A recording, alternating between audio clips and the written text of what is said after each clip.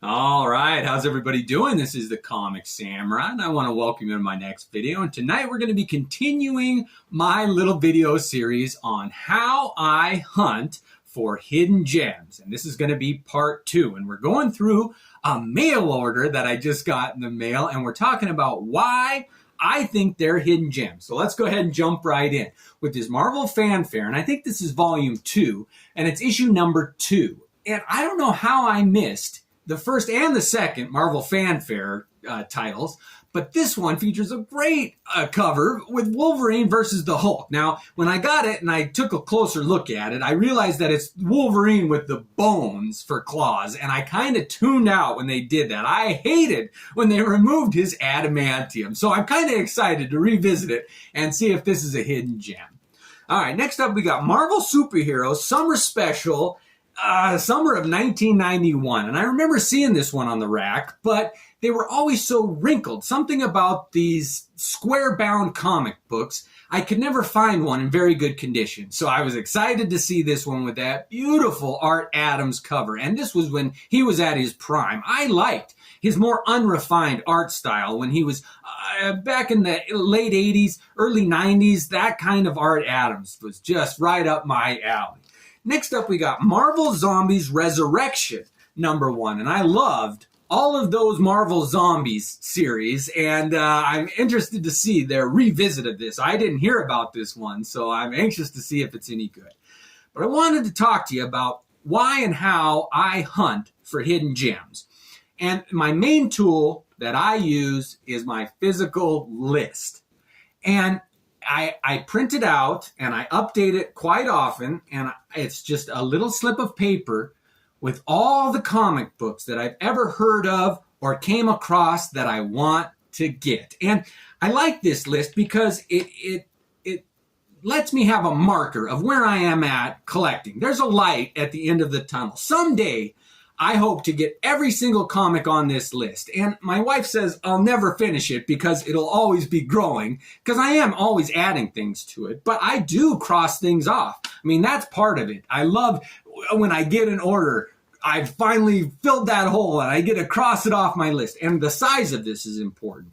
This is a little bigger than a dollar bill, so it'll fit in my wallet. I can take it with me. And I also take a digital picture of it, of both sides of it, on my phone. So if I don't have my list with me, I can at least reference a digital picture of it on my phone. So that's handy too.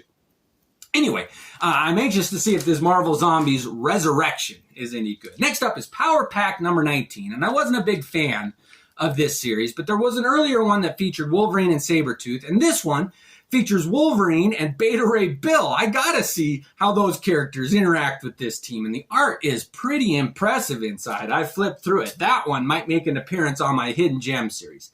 Next up, we got the Punisher regular series, number 36. And I don't know how this one, it's never been on my radar before, but Mark Texiera, one of my all-time favorite Wolverine and Punisher and Ghost Rider artists, did a Punisher comic, and he does the interior art too, and I just can't wait to see it. Man, the way he inks his stuff, it's so black, and he uses it so well. He's one of the few artists I've met in person too. I met him at the San Diego Comic Convention one time.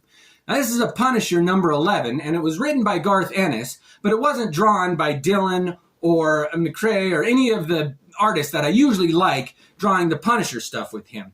And so I didn't get this one when it came out. But I've come to appreciate the other artists working on Garth Ennis' stuff. His writing transcends an artist, and it can be good no matter who's drawing it. And this cover, it's kind of creepy. I don't remember seeing it on the racks just because the name associated with Garth Ennis I didn't recognize. So I'm anxious to see if this artist is worthy of a hidden gem. I can't wait to read it. All right, next up is an interesting one. It's the Savage Dragon number 1. And when these came out, these first couple of Image comic books, I got all of them. And I got multiple copies of this Savage Dragon. And over time, I gave them away. And I just kept one of them. What I didn't realize is that these all have different colors under the title there. This one happens to be the green one, and I had it for years, but it's not my favorite. I ended up, I don't know if you can see it in the back over here, but I ended up getting the blue one, and I always wondered, do they have different posters inside? And sure enough, they do. Now, I don't know if the posters inside are tied to the color on the cover.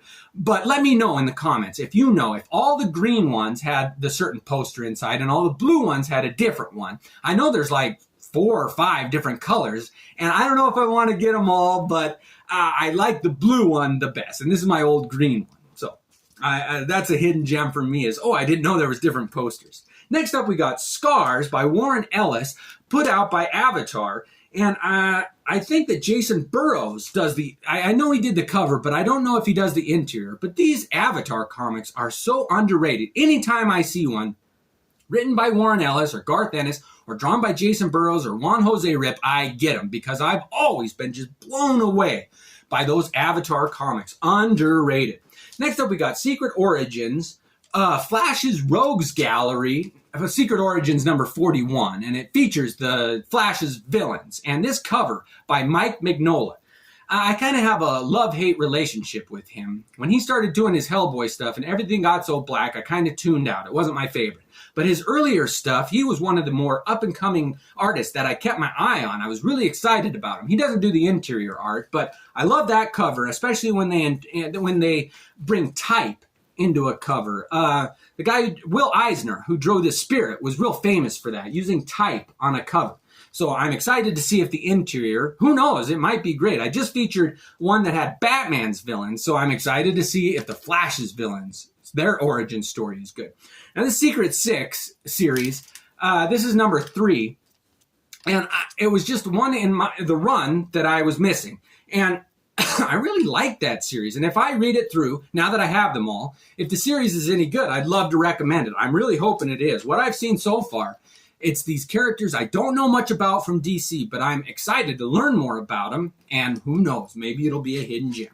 Next up is Stormwatch, and Ellis and Jimenez were the 2 names that caught my eye. When Warren Ellis introduced the Authority in Stormwatch, I believe, I missed out on that. So anything with Warren Ellis in the Stormwatch run, I want to get. I want to see what the politics, what the story is behind the creation of those characters at that time. Next up is Strange Killings, another Warren Ellis series, and I have a couple of this, and I'm just trying to fill my gaps and see if this is an interesting character. I don't know if I like him yet. I haven't read enough to form an opinion, so we'll see. All right, but this next one, Strontium Dog, put out by Quality Comics, and it was drawn by Carlos Ezquerra, and he's the artist that kind of co-created Judge Dredd. And this Strontium Dog is a different take on that post-apocalyptic future lawman, but he's a bounty hunter, and it's just an amazing story. They had an earlier series that I read that kind of went into his origin, and Steve Dillon did the art, but this one's all Carlos Ezquerra, who's one of my favorites, and I can't wait to read it. It's a 4-issue limited series, and on this issue 3, they start doing covers that look suspiciously like Neil Adams. Now, he didn't sign the cover, but the signature of whoever did do it looks a lot like Neil Adams' signature. So I don't know if it was Neil Adams doing it under a pseudonym or what, but I'd love to know what the story is, because both 3 and 4 and 5 are both very Neil Adams-like. And they started to do initials that looked like N.A. also. So I'm 95% sure that those are Neil Adams covers. And anything that Neil Adams drew, especially now that he's passed, he'll never do any more art. So I'm scarfing up anything by him. I love looking at all of his images. And he's one of the artists that you can see going through transitions. He changed his style so much that this was during a time that I liked, when he started getting into those continuity comic books. Anyway, the one, and we feature another one later, that's Neil Adams' continuity comic. But this next one is Superman number 41. And I always like it when a major superhero interacts with Lobo. And you can tell by the way he's drawn that it's an early iteration of Lobo. So I'm anxious to see if they really do fight, if they just talk, or if it's a cameo that has nothing to do with the story. But anyway, next up is Superman number 110, and it features Plastic Man. And there's something about the dynamic of Plastic Man with Superman and Plastic Man with Batman. When those two characters just have adventures together, I love their dynamic. And I'm curious to compare how Plastic Man gets on with Superman compared to how he got on with Batman, because there's a JLA where he and Batman have an adventure, and it's one of my all-time favorite comics. It really is well done. So I hope this one is like that. Next up is Superman issue number 200. And I'm just going to read you some of these names. McDaniel, Jurgens, Gene Ha, Jimenez, Diodora. I mean, there's all kinds of great work, artists and writers on this one. And it's just one I missed out on. So I'm anxious to see if that contains a story or some art that is a hidden gem. Next up is a long shot, but it's Supreme Madness, Supreme number 17. And Alan Moore did some writing on this character, and it was just, it's not some of Alan Moore's more shining stuff, in my opinion. But with Pitt, who was one of my favorite Image characters, he didn't make very many crossovers with other characters, and he kind of phased out. I don't know what happened to Pitt, but I love to see him make cameos or appearances or battles with other Image characters. So I'm excited to see if that's a good battle. I hope it is. Next up is Swamp Thing, number 148, and Mark Millar is the big draw for me here. And I had every other issue where Mark Millar wrote these Swamp Things. And Alan Moore did such a great job with the character. I'm hoping that Mark Millar did a great job too, because his work on Wanted and some of the other things that he wrote were just, it was just so entertaining that I hope that this continues with that. Now, that was issue number 149, and this is issue number 155. And I think he did all the issues in between, and I'm just about got the whole run so I can read it and see if it's any good. I'm excited. When Mark Millar is good, nobody tops him. And this is issue number 156. I just really hope that there are some hidden gems in here and that they captured that magic in a bottle that Alan Moore was able to spark. Next up is a series called Terra Obscura, Volume 2, number 4. And this is a series that Alan Moore had his hands all over. And it was that America's Best comics were some of the most underrated comics that came out during that time. There was a lot of cannon fodder that was just filler that was coming out in the early 2000s. But this America's Best comic, every single issue that I read is just entertaining. It's in a style that is so much fun. It looks like they're for kids, but they are not. There is depth in every single one of these comics. And this was just one that I was missing, and it was on my list, and I can't wait to read that whole run. Hopefully I can recommend it. Now, like I said, none of these comics am I recommending. I have not read them yet. I'm just showing you the potential, what I look for when I'm going through all of my comics, looking for hidden gems. Next up is Thor number 38, and this one was all about the cover. I remember seeing it on the rack back in the day when it came out, but I opened it and I wasn't too impressed with the art, and I'd kind of phased out of Thor. But now, going back, anything with Barry Windsor Smith, and I love when they have like technical stuff in the background and when colors pop, but I think this is a frameable cover here. It's one of the most beautiful Thor covers I have ever seen. And when I do my hidden gems, I always recommend one that's just all about the cover. Like, oh, don't bother opening it. And this might be one because it is the most beautiful Thor cover I have ever seen.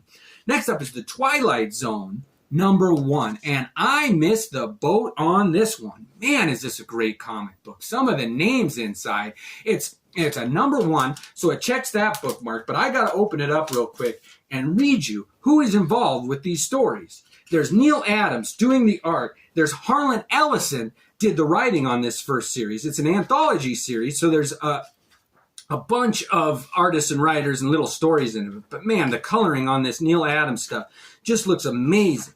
Well, it might be Neil Adams through the whole thing. Oh, I guess, yeah, no, they switch writers here. But let's see who does this second one.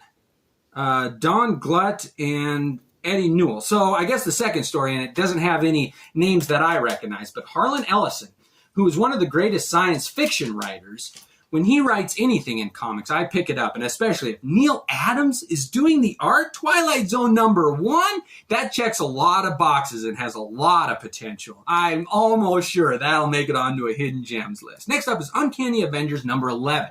And I mentioned in my part 1 how I like decapitation covers and bondage covers. And the other type that I kind of keep my eye out for is crucifixion. And you'd be surprised how many times Wolverine has been crucified on the cover of a comic book. Like, oh, he must have a Jesus complex or something because he's always getting strung up. But anyway, I love to see how he gets down and what kind of fever dreams he has. And this one has a lot of potential. Uncanny Avengers. I don't know much about that series. It was right at the time when I was kind of phasing out. But next up, we got Underdog number 1, put out by Spotlight Comics, and it's a series. Whoever made this, I've never heard of Spotlight Comics before, but it's Underdog #1, and I loved those cartoons when I was a kid. And the colors on this one pop, and it's a great cover. This one can display, and this is one of the few that I did read. My son really wanted to read this one with me, and it's definitely is written for a very young audience, but it was still enjoyable. I mean, it's a fun comic book, and this one is a good medium ground between real funny books like Richie Rich and things like that, Archie, and superhero comics. It kind of bridges that gap. So I like that kind of comic. Next up is Valeria, and this is the other Neil Adams one I was talking about. And I thought it was Continuity Comics, but it says Windjammer, who put it out, because